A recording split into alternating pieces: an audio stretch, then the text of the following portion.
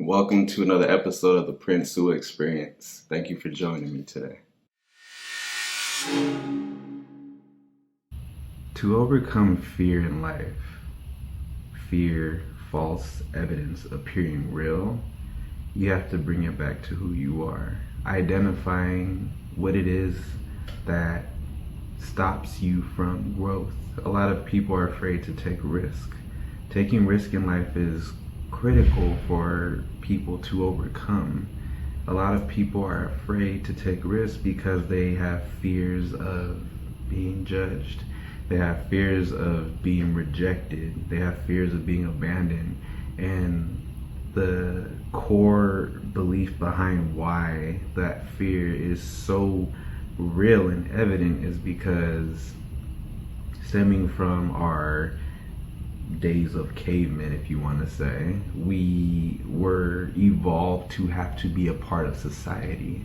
When you did something, or when a human did something that was not allowing them to be accepted, or that seemed weird or out of the ordinary, the society, the tribe would leave you, which essentially would leave you out for dead, and you're out here trying to survive with all these wild animals. And so the difference is, fast forward to now in society, we will not be left, and we won't be left to die, versus being left and actually having to fend for yourself for the rest of time. We can overcome that fear by understanding to bring it back to ourselves, to love who we are. It's so easy to say something like that, but it's a part of your self-love and your self-development, your self-awareness work that is critical to everyday life.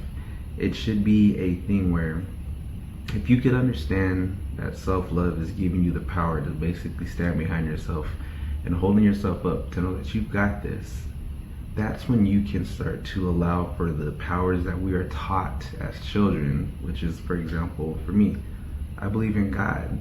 I understand God's power now through me personally when it comes to being able to believe in myself, knowing that if I can be all alone and hit rock bottom and have the most painful day ever, it's nice to know that God's always been there with me and his presence is around and it's everywhere. But that's because those are the beliefs that I chose to inherit. Those are the beliefs that I chose to believe in. I was forced to believe this as a kid, removed it from my life, and reestablished my belief within it again after I realized developing and bringing self-love to your life is power. When you do that, you are able to look at things and you don't let fear stop you. You don't let ghost stop you.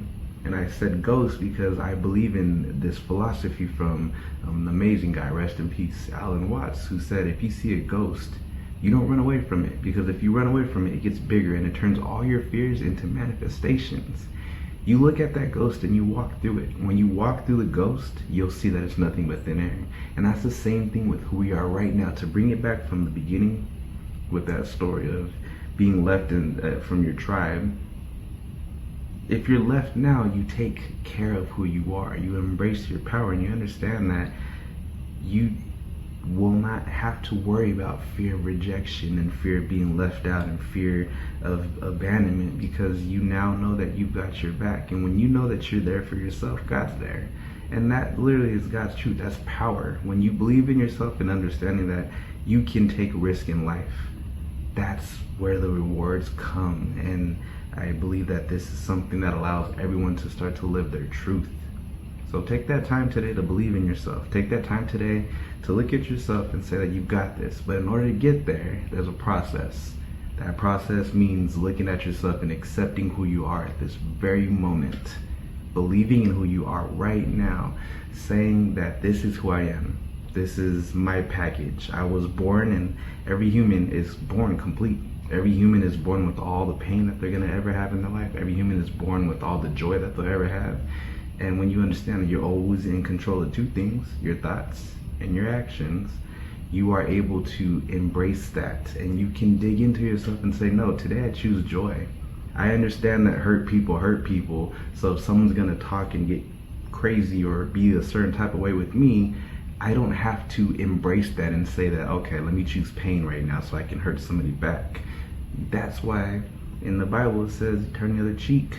Because people who are in pain want other people in pain, because misery loves company. Learn how to love and embrace who you are, and this is how your power can start to shine. Please be sure to like and subscribe so you can stay in tune with everything that I upload as soon as it gets released. We're healing, and let's heal together.